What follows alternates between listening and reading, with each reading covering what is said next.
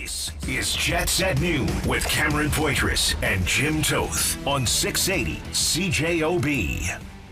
Hello, welcome to the show. Jets at Noon brought to you by Wash Method Car Wash, 690 St. Anne's Road. VIP take on the text line to win a VIP car wash. Or my good friends at Wash Method, 204-780-6868. We'll announce the winner later in the program as we're coming at you live from the Boston Pizza Studio for gourmet pizza and pasta. Bring the team to Boston Pizza. Jim Toth, how are you doing? Good day. Happy Thursday. I'm doing well. Thank you. Great conversation. I've been hearing a lot about it with Blake Wheeler yesterday. We'll revisit that. And then, of course, tomorrow's Free For All Friday. And we continue to wait for some NHL news. Yes. Lots of news going to happen. It's going to happen. Don't know when. It's got to happen. Also, Jared Gallant is back in the news, and as well as Igor Chinikov with the Blue Jackets. Doesn't like Dean Evison very much. So we will discuss that as the show Not a fan. goes on. Yes, and also just to reiterate, and we will revisit the conversation with Blake Wheeler. I've been getting nothing, and I've been getting a wave of positive response from the conversation we had with Blake. And okay, we set it up and stuff like that.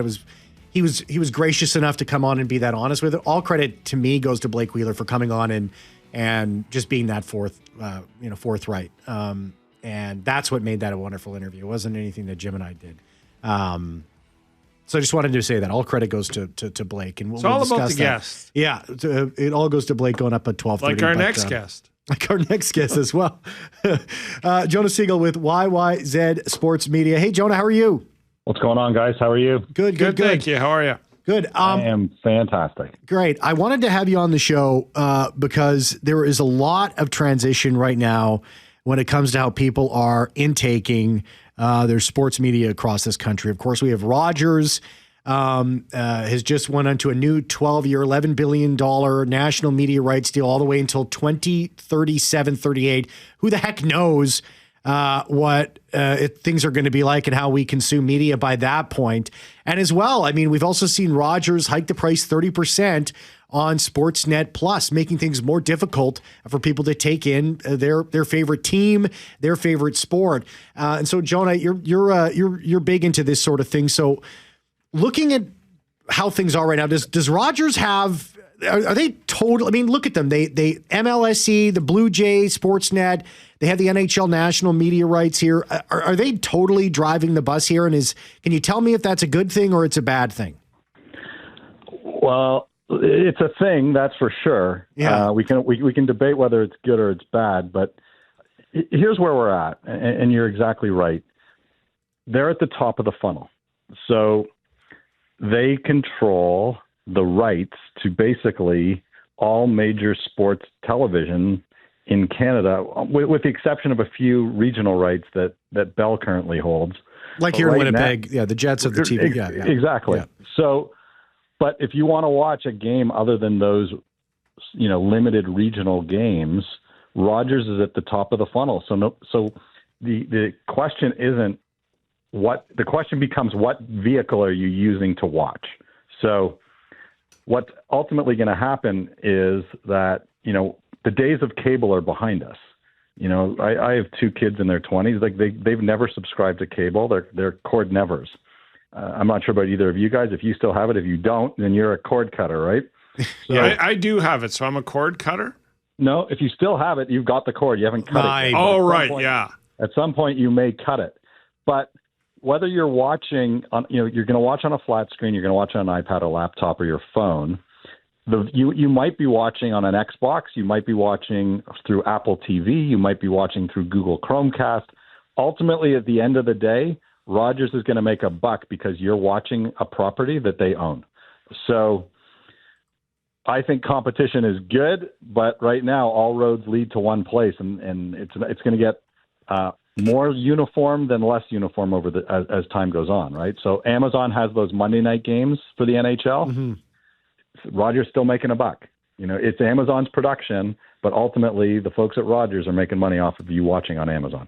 So I remember when Rogers got the first NHL rights and there was panic, right? And then there was layoffs. I remember having somebody on from the States saying, when ESPN has this monopoly, they can lose money in St. Louis and Kansas City and and Minnesota, because the Bostons, the Philadelphias, the Miamis will keep them afloat. There's way more outlets. The fear then was Canada only has 7 markets, and to try and make back $5 billion off hockey rights or streaming, and of course I think we all know they did it to sell more tablets, more phones, hoping that you would stream games and do that. So now I see the new deal, and it makes me wonder, like, is that the next phase? Because right away the price goes up $30, and people are outraged. But that we talked about, we talked about last week. They're still going to pay, like they're outraged, but I don't know a lot of people that aren't going to go, well, I'm not going to watch hockey this year and that. So where does this go? Because we sort of have this model from the last deal 12 years ago. And Jonah, my take on this is that the people that are already doing it, they're going to pay. But if you're a new NHL fan, you want to watch your team, and all of a sudden you're going to see the price tag, you're going to be like, oh, no, I'm not getting into that. That's way too much. That's where I'm at. What do you think? Well, I wrote an article about this. I now cover this beat for the Toronto Star, so a little bit of a self-plug here. You can find the article at the Toronto Star. But we love self-plug away. We love self-plugs. There you go. Yeah. So I'm going to Boston Pizza. When the next time in Winnipeg, I'm going to go get a So you're 100%. You've hit the nail on a couple of different heads. So let's try and tackle those. The first one is you asked about layoffs. And you're right. I mean, we can rattle off some big names that were pretty present on Hockey Night in Canada and Rogers that are no longer there. So as we look forward, I hate to answer the question with a question, but who's left to lay off? I mean, it's pretty thin pickings already. If you look at the production side, it's even worse. On the talent side, which is the side everybody does know, they keep letting good people go, and there's not a whole lot of good people left. So what's happened is they pay exorbitant rights fees, and they do one of two things. One, they cut costs on production. We see that all the time. They're still sitting at that really boring, lame desk, that old style. There's been no innovation and change because they've spent all the money on rights. They don't need to spend the money on production. The second part of it is what I wrote about, which is they got to recoup that cost somewhere. Now, some of it is ancillary. They're getting it from having the Rogers name on everything. And the second point is that, and I wrote this in the article, that fans are addicted. We're addicted to sports. So no matter what the cost, if we want it, and this is what I was saying earlier, you're going to somehow pay Rogers for the privilege of watching the game. Well, that's what it came. The outrage we were watching, and 2 days of it online, and people going, no way, and all this and stuff. Yeah. But we all know when the games come, that's what the people are going to pay for it, and they know that too as well, and so that's what I guess I'm asking is just what is the future of this if they know, like, to turn a profit on this is really hard. Like, is there a plan to evolve? Is this like Amazon's got Monday? Okay. Is that sort of where they're seeing this is going to be heading, where there's going to be other days are going to sell off to other streaming services? Like, is that where this is off to? Because, like, as you said, your two kids, I mean, they're cord nevers. There's going to have to be some other way because things are going to be a lot different. And, when we get to 2035, we go 10 years from now, things are going to be way different, I think. Well, I think they're banking that people are going to continue to watch. I believe that things evolve, right? I mean, you guys sound like we're all roughly the same age. We grew up watching highlight shows.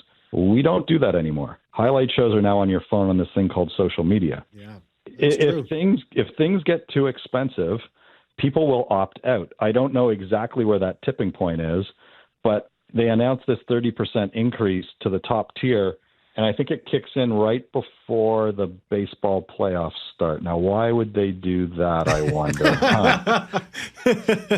There's roughly 40 million people who suddenly are Blue Jay fans come, There's a corporate September. There's a corporate office in Toronto that wants Toronto to win that division. Right, and they know that if the Blue Jays are sniffing playoff competition, the building's full, the TV ratings are off the charts, and even the radio ratings are big, and let's not even talk about the merch that they start selling. Yeah. So, but there ultimately is a tipping point, and the corollary to me is, if you remember back in the day, we used to buy these things called CDs, and then they were streaming, and then along came something called Napster, which gave you music for free. And what did Steve Jobs do? He launched the iPhone, and you could get music for $1. Remember, you could download a song for $1. And that, so I can't tell you exactly where we're headed, but this feels a lot like that. You know, we used to pay exorbitant fees for cable. The cable rates came down. We used to pay a ton for long distance. Remember, you have to pay your long distance bill? And long distance is pretty much free now for most people. Yeah. So if things do evolve, this will reach a tipping point. What is going to become more and more expensive in the short term, in my opinion, are your internet fees and your mobile device fees. So your access to the pipe is going to get more expensive because the old one, cable, is going to go away. The last question I have for you is real quick. We got like okay. we got It's something 10 to seconds. bank on. Like I always argue with people, reality TV isn't the dating show. It's not the housewives of whatever city. It's sports. That's the one true reality TV, and that's why I think corporations like Rogers understand that. 20 years, I'll answer you quickly. 20 years ago, I think 1 or 2 shows a year would crack the top 100 in the U.S. for most watched shows in the year were being sports. Now, it's like 98 out of 100 shows are sports. That's all people do watch on regular TV is live sports. Why? Because you can't get it any other way. So I agree with you. We will have you back before I cut that cord. Yeah. Anytime. Happy to talk anytime. No, this is great. No, great conversation, Jonah. I appreciate it. We'll have definitely we'll have you on again. Take care. Bye-bye. All the best. Really great guest there. Great conversation. Yeah, 204-780-6860. He's right about that Apple thing. Honestly, it's going to get more expensive. Then something else is going to come around, and things are going to get cheaper. It's just the way it is. But for now, you're going to be bled, hockey fans. You're going to be bled. Or you can catch the games here on 680 CJOB. Turn your radio on. Doesn't cost you. It costs you the price of the radio and the electricity that it takes to power it, or the batteries. Not only free, but tax-free. You don't even get taxed on it. You just listen to Edmonds and Clinton. We'll be right back. It's at noon with Cameron Poitras and Jim Toth on 680 CJOB. Well, call the Boston Pizza hotline, 204-780-6800. Come in for lunch every weekday to Boston Pizza. Get a delicious main side and ice cold drink for only $15 only at BP. The number one caller will be awarded a $50 gift certificate to Boston Pizza. Longtime NHL head coach Gerard Gallant is heading to the KHL, Jim Toth. This coming from Pierre Lebrun. A team has not been announced, but it will be coming next week. So since his time in New York, he has not found another head coaching job. He's kind of got a short shelf life, though. 2.5 years in Florida, 2.5 years in Vegas, 2 in New York. Good head coach, but I think he just eventually wears on people. So that's what it seems like Gerard to me. Gallant is a phenomenal analytics coach. Like all his teams are analytically sound. Mm-hmm. And what I've been told is he doesn't buy into analytics. It's the irony of he just coaches this way. This is what he wants from his teams. And I heard through the grapevine, that was an issue with one of his teams that let him go, is they spent $1 million plus on analytics and he wouldn't even open the emails. That's just a rumor I heard, but it just, I find it hilarious that he's such a good, all his teams are so good analytically, but he doesn't really look at that. He just coaches that way. We're going to revisit good coach, though. We'll revisit our conversation with Blake Wheeler after this. Jets at Noon brought to you by Wash Method Car Wash, 690 St. Anne's Road. VIP take on the text line to win a VIP car wash from our good friends at Wash Method, 204-780-6868. We'll announce the winner later in the program as we're coming at you live from the Boston Pizza Studio for gourmet pizza and pasta. Bring the team to Boston Pizza. Download the Jets at Noon podcast free now on Apple, Spotify, face-to-face on YouTube, or wherever you find your favorite podcasts, with plenty of memorable Jets talk and episodes and special content exclusively found there. So you can take Jets at Noon wherever you go, whenever you want. And today, Tyson hit us with the Jets 2.0 Mount Rushmore. Who's the 4 Jets 2.0 players that you would put on Mount Rushmore? Both of us. We needed 5. Yeah, both of us put this guy on. I won't tell you what Tyson did, but there was a serious snub in there as far as I'm concerned. But make sure you go back and listen to the podcast. There's a snub. Download it. Yeah, it's a serious snub. Disrespectful. Kids today. I'll give you a hint. And I know that for you two, Blake Wheeler was on both of our Mount Rushmores. Who else was on ours? You have to find out. 204-780-6868 and shoot us a text as well. But make sure you download that or catch it on Apple, Spotify, wherever you listen to your podcasts. I wanted to take some time to read some of the response that we got yesterday from the Blake Wheeler interview, which was overwhelmingly, if not entirely, positive. But Jim, first, I wanted to read some of the text messages and some of the things that we saw. I mean, on the YouTube post, I wanted to get to that. I wanted to get some responses we had on some other social media platforms as well. But we didn't really have enough time to sort of unpack the conversation we had with Blake Wheeler. Now that it's been about 24 hours or so now, what do you take away from the conversation we had with the former captain of the Winnipeg Jets? Well, as you know, I've been labeled for years now as a Blake Wheeler defender. Yeah. Much like I was a Paul Maurice defender.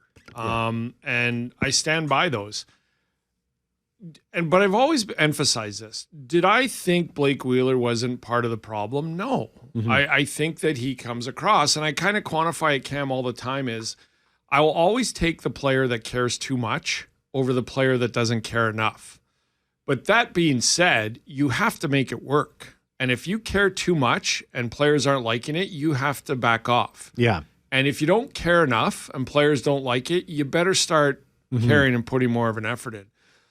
But I really appreciate Blake's honesty to the point of, like, we're not friends, but when I see Blake, he's like, hey, how are you? And I'm like, good, how are you? I've not talked to him since he left Winnipeg. I tried to get an interview when he did and didn't go well.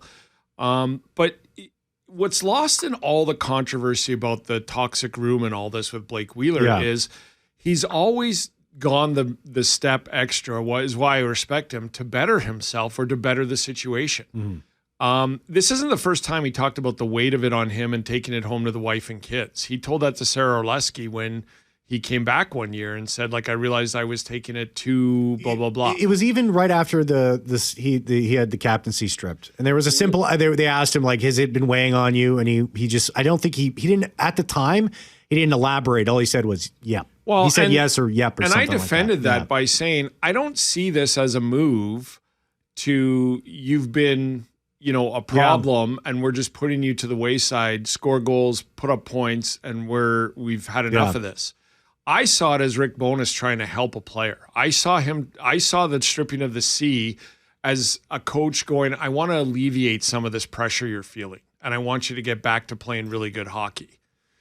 And I think that's what we heard yesterday. That's what I assumed was going on. I never talked to Bowness, and Blake never talked to me about it. But I thought it was pretty clear yesterday. This wasn't a punishment, the stripping of the C. This was, I'm trying to alleviate off this of you. Now, what the problem was, in my opinion, was Blake didn't take it that way. At the time. It was highly embarrassing for Blake. And to the point of when he was leaving that summer, I had the source that told me he had a meeting with Mark Chipman and said, you got to get me out of here. I did the good soldier thing. I went through a season without the C. I want to move on. And to the loyalty of the organization, I don't think they were going to do that. I thought they wanted him to play another year and retire anyways, that's all in the past. But what I take from this, Cam, is whether it's Blake Wheeler or just my buddy Joe, who's a plumber, he was going through some stuff. Yeah. And when he said my game started to suffer and taking it home to the kids, and there are highly wired individuals that bear the weight of the world on their shoulders. And for every one of us who look at a player after a loss and goes, we got pumped, we'll throw it in the garbage, we'll come back tomorrow, there is a balance that's needed there. Or, like Blake said, I think yesterday, it will weigh you down mentally. Yeah. And I do Movember. I'm a big proponent for mental health and all that. I think the reason I like doing this is because I've lost some friends to suicide or died of suicide. But I think men, and especially a captain of a hockey team, do not talk about this, do not get it out enough, and do not share it enough. So what I take from the conversation yesterday isn't about, I'm glad that what I thought was correct or this or that. I see a man who's humbled enough to go figure it out. Yeah. And I think that there's a lot of people that know of Blake Wheeler or would have watched him over the years that thought he was so arrogant that he would never do that. And I'm just happy for him. And again, I don't know him. I don't keep in touch with him at all. But I defended him a lot because I think what he said yesterday, with every ounce of my soul, I wanted to win a Stanley Cup here in Winnipeg. And I think with all the things that went on, much to his own faults for how aggressive he was, how mean he was maybe to some other player. I don't know. I'm not in that room. How he had disconnect with some how it was my way or the highway. I don't know any of that. But I think he's been humbled, and I give him a lot of credit for that. Whether he's a former Jet player or not, any individual who can sort of do this journey of going, I needed to get to a better place, I fully commend. Yeah, and he sounds like he's in a better place. Well, without a doubt. And doesn't it make you a little sad? Sorry to cut you off, but doesn't it make you a little sad? Like he said, I think we see the money and we see all this and things should be great and stuff. I feel bad for anybody. Like I said, the plumber who might be going through this, the electrician, the store clerk, or a guy like that. But doesn't it make you sad that I think he's even 20 years from now going to look back and say, I probably should have enjoyed that a little bit more. He's one of the rare 1 percentile that get to be an elite professional athlete on this planet. And I'm very happy for him, but it also makes me sad that there was much more positive than negative in his career. Yeah. But that negative part that you wouldn't have enjoyed that a little bit more. Let's play a little bit from the conversation yesterday, and it'll lead into what I want to say next. I'm incredibly proud of like what I was a part of. Like I said, I think the way I look at it is my group. We were sort of like we laid the foundation of what you're seeing today. Keep in mind when we came from Atlanta to Winnipeg, like that organization had never won a playoff game. They'd been to one playoffs before. And, Chevy, Chip, like they had a vision for what it's turned into today. And I couldn't be more proud to have been one of the guys that was able to like help lay that foundation so that for years to come, I mean, this thing is now on a trajectory to be, a competitive, contending organization for years to come. And that's testament to, like I said, Chip, Chevy, and then all the guys that were a part of my group and all the guys that have come after us. So that's a long-winded way of saying that I couldn't be more proud of my time in Winnipeg. Yeah, I mean, sure, in a perfect world, do things end a little bit differently? Do I stay captain the whole time? Yeah, of course. But the growth that has come from that, I wouldn't change for anything. So it's kind of like, why look in the past when, so much value was created? Because, initially I thought that maybe, like sort of right when we finished talking with him, sort of something ran through my head where it was like, man, I think he wants a do-over. Like if he could go back 6 years, go back to when he said things changed in 2019 when Buff retired, and then all of a sudden the pressure, he felt a lot more pressure at that point when Buff left before training camp started. And I kind of was thinking like, man, does he wish he could go back to 2019 and have a do-over and do things differently? But then I went back and I listened to that clip this morning, and I'm like, no, I don't think so. It's part of his journey, right? I think he's at peace with what happened. Like, does he understand that everything he regretted the way that, or the person that he became as things went on and the pressure started to mount and he wanted to win a cup for this city so much. And then dealing with, 3 kids at home, like the challenges of being a pro hockey player and all that stuff. So yeah, it's funny. You say there's, he should be proud of himself. He should be. He should be proud of himself. He should be. 100%. To me, like, it's funny, right? When you go through a journey that gets you personally to a better place and you become a better person, it's hard to not go look back at that tough spot and go, I don't know if I would have seen this or gone if I didn't go through that. Yeah. So you don't you look back and you don't like that part of it and you don't enjoy it but yet without it, you don't know where you would be in the great place you are today because you might not have recognized it years later. Well, look back at it. Just let's talk about radio careers. Both of you and I have one, right? It's something we have in common. We come from born in different decades. We came up through. You grew up in Lethbridge. I grew up here in Winnipeg. Not entirely different, but yeah.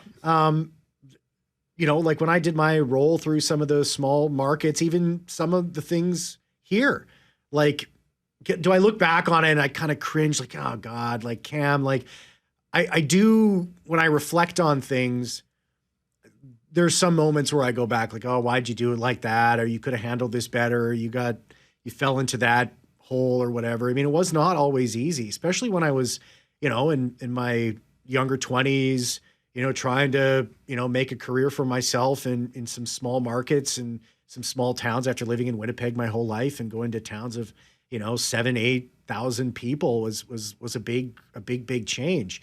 But I mean, looking at where I am now, like this is what I was trying to do. Like when I go back to, if I can go back to like when I first cut the mic in Dauphin at CKDM back in 2011, in the summer of 2011 when I was 19.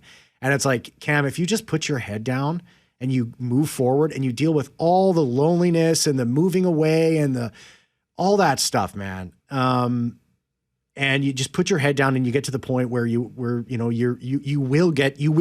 fulfill your dreams. Like what I'm doing right now, you wouldn't change it. You wouldn't change anything, man. You wouldn't. Yeah. It's funny because I spent 6 years in Grand Prairie, and when I look back at my career, it was 3 years too long. I met some friends, met a partner. Yeah. I was playing. I love like my life because on weekends we were going all over playing sports, playing men's soccer, basketball, slow pitch. I just got comfortable, right? Yeah. And it came to a point where after 5 years, I go, is this going to be good enough for me? And it's not what I set out to do. I wanted to get to where we are, covering the NHL in a big market.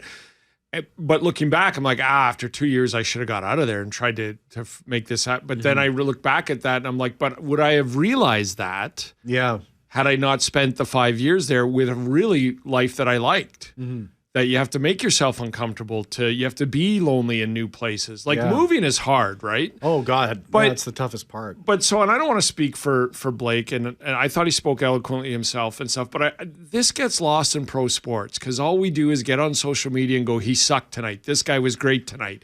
This guy's good at this. This guy's good at that. Yeah. And we forget that sometimes they're humans. And again, but sometimes that's what we do. That is what we do. Like that's what we do. We come in and we go, look at, and I'm not bashing anybody, but there was a time people couldn't get that Josh Morrissey contract to Seattle fast enough.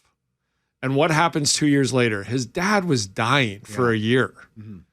And we forget that, right? And what's good about veterans like Kelly Moore and Bob Irving and Paul Edmonds is they're always the ones that, well, you don't know. I don't know what he's going through. Yeah. And stuff like this. And it's rare that a really good athlete all of a sudden just, I equate it to when I started playing fantasy baseball years and years ago, and Chipper Jones in his illustrious 17 or 19-year career had one down year. And it just happened to be the year that I drafted him. And I'm like, what is wrong with this guy? Yeah. And 2 years later, it turns out he was cheating on his wife. She caught him, and he was going through a divorce. Well, he had it coming. Yes, exactly. But I'm not defending him for doing that. Like, that was a horrible thing. But out of a Hall of Fame career, when was his down year? Is when he, through his own doing and mistakes, screwed up his life for a year. Let's fire off some of the response we've had here. Billy from St. James says, Wheeler is ultra self-aware. Money doesn't buy happiness. Great for his new path. Christine says, impressed with Blake Wheeler's candid discussion of his unbecoming behaviors he displayed here. I think I'm ready to forgive him. Tom says, Blake Wheeler was and still is my favorite Jet. I wear his 26 to this day, then when I watch and cheer for the Jets. Keith says, always enjoy listening to 26, a class act. Sandy says, hey guys, great interview with Wheels. I still have and wear my jersey with his name on it. Corey says, hopefully somebody signs up Blake Wheeler as a permanent TV commentator. He's a natural pro. Love the interview, guys. Have a great day, Corey. Daniel said, guys, fantastic interview. Blake's thorough honesty about his life as a player, captain, father, and husband is the reality of being a professional athlete. We wish him none the best. Scott in Minnesota said, fun interview with Wheeler. Been listening to the podcast a lot lately, like you should. A great alternative if I miss the noon show. So just a great interview on YouTube. Morphine says, great interview, Blake. We can tell he really wanted to tell his story. Awesome job, 26. Just a piece of the response we got from the conversation with Blake Wheeler yesterday. What happened in Columbus? Well, a player wants out. Be right back. I'll tell you who that is. Poitras and Jim Toth on 680 CJOB. Missed your chance to get your thoughts on the show today. Call the Boston Pizza Jets at noon hotline, open 24/7, 204-780-6800. Coming for lunch every weekday to Boston Pizza. Get a delicious main side and ice cold drink for only $15. Only at BP. The number one caller will be awarded a $50 gift card to Boston Pizza. I just want to clarify quickly the Wheeler story, meeting with Chipman. So I don't know if he said, you got to get me out of here, but the point is I had two sources reach out to me that there was a meeting, and I reached out to the Jets, and they said, well, I don't think it was animated or anything, but I can confirm they did meet, and we are moving on from Blake Wheeler. Thanks for clarifying that, Jim. The VIP text for today comes from JP. He says, hey, guys, I hate to say that's going to be going to 690 Wash Method for a little bit of romance as well as a VIP car wash. He says, hey, guys, I hate to say I was right, but I did predict that the NHL prices would soar with the salary cap increase. After that, where does all the quote-unquote revenue come from? Out of fans' pockets. This is my biggest gripe with the rapid increase in the salary cap. I don't understand why the players need to make an extra couple million when it comes at the expense of their fans. AGP, great text message, by the way, and I appreciate it. It's tied to revenue. So if the owners are making record revenue, it's only fair that the players get their portion of that revenue. And that's what this is all about, right? So then if the salary cap isn't going up for the players, then it's just the owners making all the cash. And the players do deserve, if the owners are making exorbitant amounts of cash, the players deserve their cut. Now, the broadcasters, we also deserve a cut too, but we're left out in the rain. Yeah, we need a piece of the action. But I always say that, like, I don't begrudge the owners for making money, but they're making money off the star power of the players that they should get theirs. And the players wouldn't be making what they make if the money wasn't there. Real quick, got to squeeze this in because I promised. Columbus Blue Jacket forward Igor Chinikov said in a statement released today that he wants to be traded from the team. Says, we had some misunderstandings with the coach, Dean Evison, and I would be glad to have a trade. 175 games in, 71 points. I just saw Aaron Portzline, who covers the Jackets, put out. They are aware of this. They're taking offers, but they're just not going to trade him to trade him. There you go. Yeah. Right winger. First round pick, 21st overall in 2020. Jim told you all 2 o'clock. Thank you very much, Jeffrey Fortune. See ya.